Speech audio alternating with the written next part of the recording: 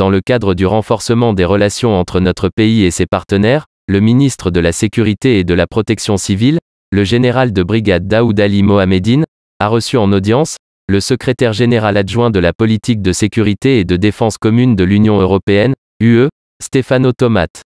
Pour la circonstance, il était à la tête d'une forte délégation composée de l'ambassadeur de l'Union européenne au Mali, barre ouvrier, et le chef de mission de EUCAP Sahel Mali, Hervé Flao.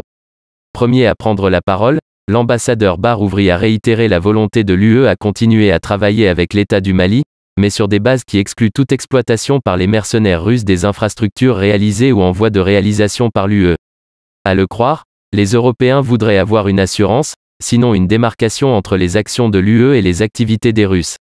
Il dira également que pour des raisons de sécurité, l'UE envisagerait de réorienter la réalisation de certains pôles sécurisés de développement et de gouvernance, PSDG, vers des zones moins risquées.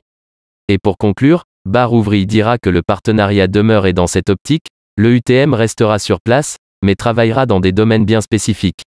Quant au directeur général adjoint de la politique de sécurité de défense commune, Stefano Tomat, il a voulu savoir auprès du ministre les besoins réels, en matière de sécurité, dans les années à venir, dont l'UE pourrait s'acquitter.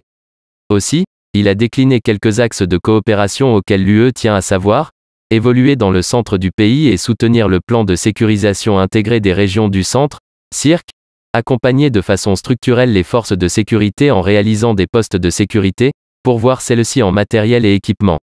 En réponse, le ministre de la Sécurité et de la Protection civile, le général de brigade Daoud Ali Mohamedine, a salué la démarche de ses hôtes et, partant, exprimé toute sa gratitude à l'Union européenne pour son soutien constant et son accompagnement bénéfique dans l'optique d'un maillage sécuritaire efficient.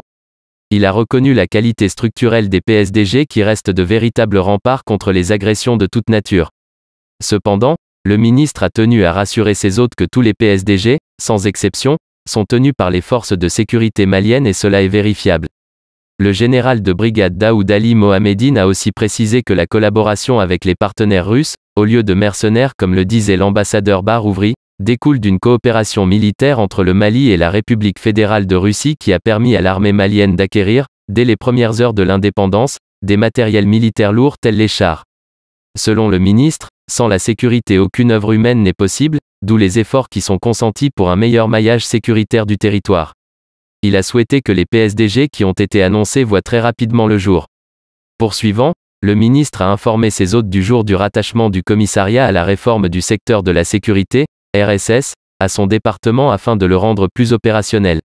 Notons que le respect des droits de l'homme par les forces de sécurité, la gestion des frontières et la loi de programmation de la sécurité intérieure, LPSI, ont aussi été des sujets abordés au cours de cette audience.